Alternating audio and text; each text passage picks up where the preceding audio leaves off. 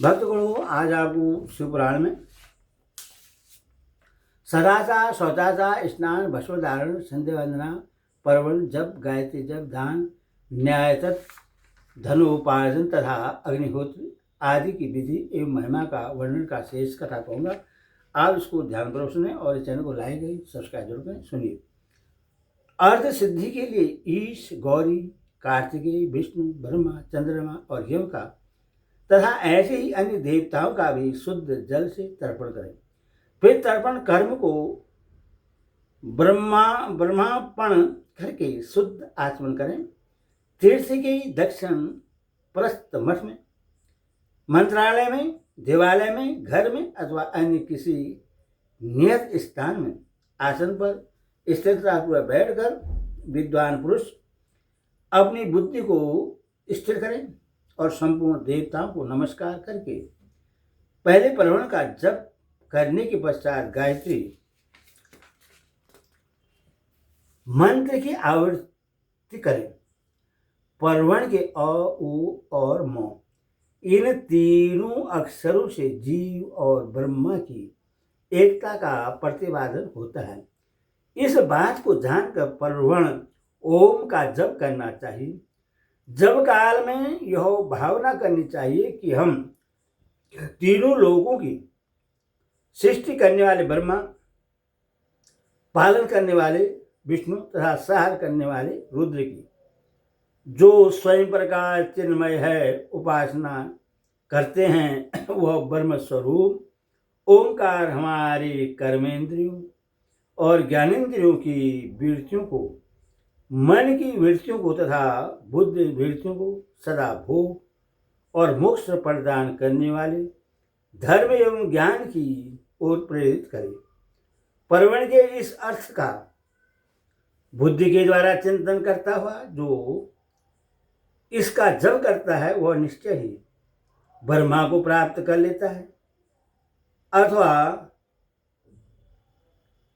अर्थानुसंधान के बिना भी पर्वण का नित्य जप करना चाहिए। इससे ब्राह्मण तत्व की पूर्ति होती है। ब्राह्मण तत्व की पूर्ति के लिए श्रेष्ठ ब्राह्मण को प्रतिदिन प्रातःकाल एक सहस्त्र गायत्री मंत्र का जप करना चाहिए। मध्या काल में 100 बार और सायंकाल में 28 बार जप की विधि है। अन्य वर्ण के लोगों को अर्थात क्षेत्र और वैश्य को तीनों संध्याओं के समय यथासाध्य गायत्री जप करना चाहिए। शरीर के भीतर मूलाधार, स्वाधिष्ठान, मणिपुर, अनाहत, आज्ञा और सहस्त्र तार ये 6 चक्र हैं। इनमें मूलाधार से लेकर सहस्त्रनार तक 6 स्थान में कर्मस्व, विदेश्वर, ब्रह्मा, विष्णु, ईश, जीवात्मा और परमेश्वर स्थित हैं। इन सब में ब्रह्मा बुद्धि करके इनकी एकता का निश्चय करें और वह ब्रह्मा मैं हूं ऐसा भावनापूर्वक प्रत्येक श्वास के साथ सोहम का जप करें।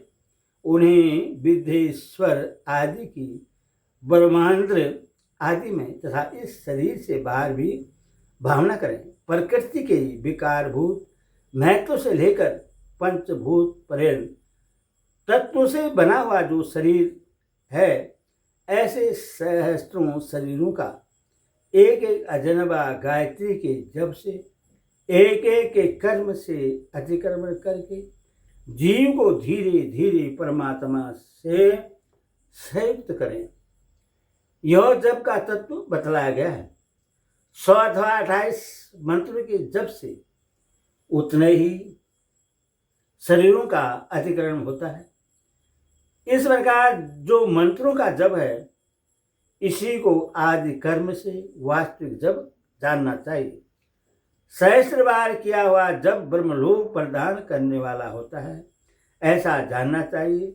100 बार किया हुआ जब इंद्र पद की प्राप्ति कराने वाला माना गया है। ब्राह्मणेतर पुरुष आत्मरक्षा के लिए जो सुलभ मात्रा में जय करता है वह ब्राह्मण के कुल में जन्म लेता है। प्रतिदिन सूर्योस्तान करके उपयुक्त रूप से जप का अनुष्ठान करना चाहिए। 12 लाख गायत्री का जप करने वाला पुरुष पूर्ण रूप से ब्राह्मण कहा गया है। जिस ब्राह्मण ने 1 लाख गायत्री का भी जप न किया हो उससे वैदिक कार्य में न लगाएं। 70 वर्ष की अवस्था तक नियम पालन पूर्वक कार्य करें। इसके बाद ग्रह त्याग कर संन्यास ले लें। परिवारजक या सन्यासी पुरुष नित्य प्रातःकाल 12,000 परवण का जप करे। यदि एक दिन इस नियम का उल्लंघन हो जाए तो दूसरे दिन उसके बदले में उतना मंत्र और अधिक जपना चाहिए और सदा इस प्रकार जप को चलाने का प्रयत्न करना चाहिए। यदि कर्मशः 1 मास आदि का उल्लंघन हो गया तो 1.5 लाख जप करके उसका प्रायश्चित करना चाहिए। इससे अधिक समय तक नियम का उल्लंघन हो जाए तो पुनः नए सिरे से गुरु से नियम ग्रहण करें। ऐसा करने से दोषों की शांति होती है, अन्यथा वह रौरव नरक में जाता है। जो सकाम भावना से युक्त गृहस्थ ब्राह्मण है उसी को धर्म तथा अर्थ के लिए यत्न करना चाहिए। मुमुक्ष ब्राह्मण को तो सदा ज्ञान का ही अभ्यास करना चाहिए। धर्म से अर्थ की प्राप्ति होती है, अर्थ से भोग सुलभ होता है, फिर उस भोग से वैराग्य की संभावना होती है। धर्मपूर्वक उपार्जित धन से जो भोग प्राप्त होता है उससे एक दिन अवश्य वैराग्य का उदय होता है। धर्म के विपरीत अधर्म से उपार्जित हुए धन के द्वारा जो भोग प्राप्त होता है उसमें भोगों के प्रति आसक्ति उत्पन्न होती है।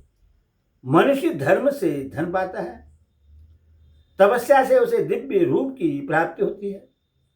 कामना का त्याग करने वाले पुरुष के अंतकरण की शुद्धि होती है, उस शुद्धि से ज्ञान का उदय होता है, इसमें शेष नहीं है। सतयुग आदि में तब को ही प्रशस्त कहा गया है, किंतु कलयुग में द्रव्य साध्य धर्मदान आदि अच्छा माना गया है। सतयुग में ध्यान से, त्रेता में तपस्या से और द्वापर में यज्ञ करने से ज्ञान की सिद्धि होती है, परंतु कलयुग में प्रतिमा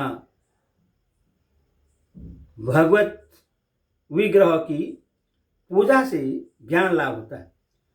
अधर्म हिंसा दुख रूप है और धर्म सुख रूप है। अधर्म से मनुष्य दुख पाता है और धर्म से वह सुख एवं अभुदय का भागी होता है। दुराचार से दुख प्राप्त होता है और सदाचार से सुख। अथवा भोग और मोक्ष की सिद्धि के लिए धर्म का उपार्जन करना चाहिए। जिसके घर में कम से कम 4 मनुष्य हैं, ऐसे कुटुंबी ब्राह्मण को जो 100 वर्ष के लिए जीवन निर्वाह की सामग्री देता है, उसके लिए वह धान ब्रह्मलोक की प्राप्ति कराने वाला होता है। 1 सहस्त्र चंद्रायण व्रत का अनुष्ठान ब्रह्मलोकदायक माना गया है। जो क्षेत्रीय 1 सहस्त्र कुटुंब को जीविका और आवास देता है, उसका वह कर्म इंद्रलोक की प्राप्ति कराने वाला होता है। 10,000 कुटुंबों को दिया हुआ आश्रय दान ब्रह्मलोक प्रदान करता है। दाता पुरुष जिस देवता को सामने रखकर दान करता है, अर्थात तो वह दान के द्वारा जिस देवता को प्रश्न करना चाहता है उसी का लोक उससे प्राप्त होता है। यह बात वेदवेता पुरुष अच्छी तरह जानते हैं। धनहीन पुरुष सदा तपस्या का उपार्जन करे, क्योंकि तपस्या ही तीर्थ सेवन से अक्ष सुख पाकर मनुष्य उसका उपभोग करता है। अब मैं न्यायतः धन के उपार्जन की विधि बता रहा हूं। ब्राह्मण को चाहे कि वह सदा सावधान रहकर विशुद्ध प्रतिग्रह, दान ग्रहण तथा याजन यज्ञ कराने आदि से धन का अर्जन करे। वह इसके लिए कहीं दीनता न दिखाए और न अत्यंत कलेशदायक कार्य ही करे। क्षेत्रीय बाहुबल से धन का उपार्जन करे और वैश्य, कृषि एवं गौरक्षा से। न्यायोपार्जित धन का दान करने से दाता को ज्ञान की सिद्धि प्राप्त होती है। ज्ञान सिद्धि द्वारा सब पुरुषों को गुरु कृपा मोक्ष सिद्धि सुलभ होती है।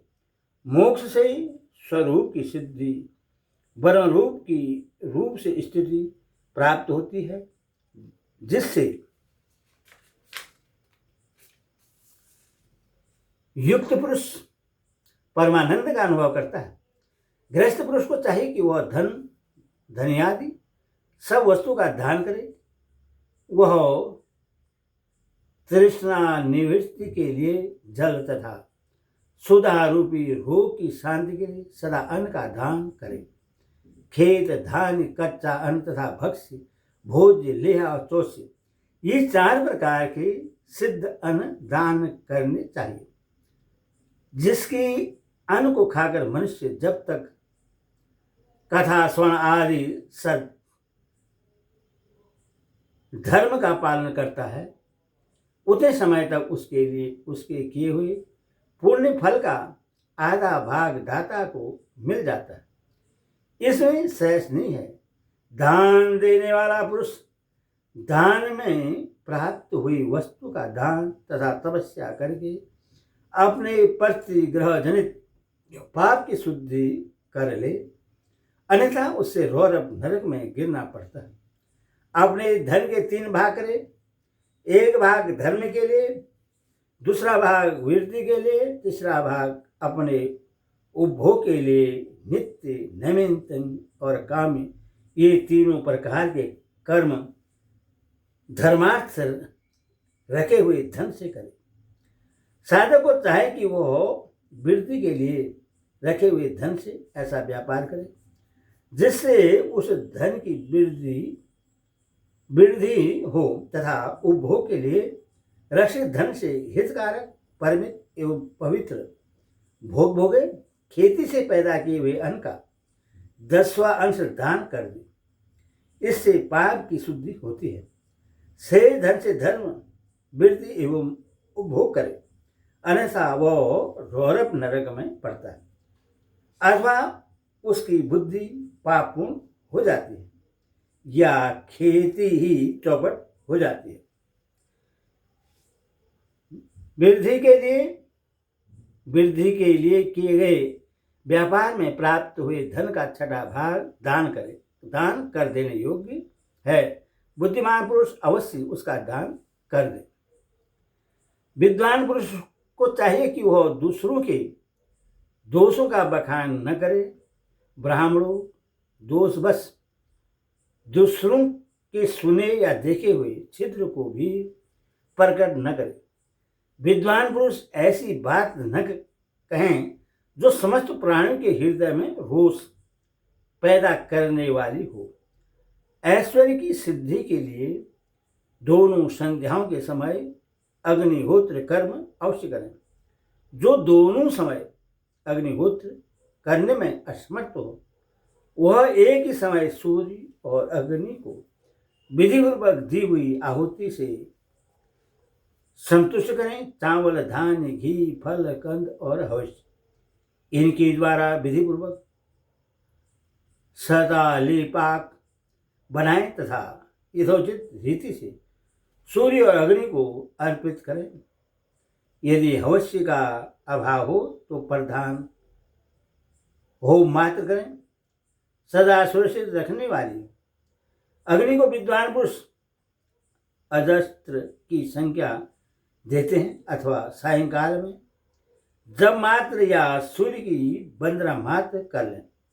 आत्मज्ञान की इच्छा वाले तथा धनार्थी पुरुष को भी इसी प्रकार विधिवत उपासना करनी चाहिए, जो सदा ब्रह्म यज्ञ में तत्पर होते हैं, देवताओं की पूजा में लगे रहते हैं, नित्य अग्नि पूजा एवं गुरु पूजा में अनुरक्त होते हैं तथा ब्राह्मण को चिरप्रति क्या करते हैं, वे सब लोग स्वर्ग लोक के भागी होते हैं। ओम नमः शिवाय। ओम नमः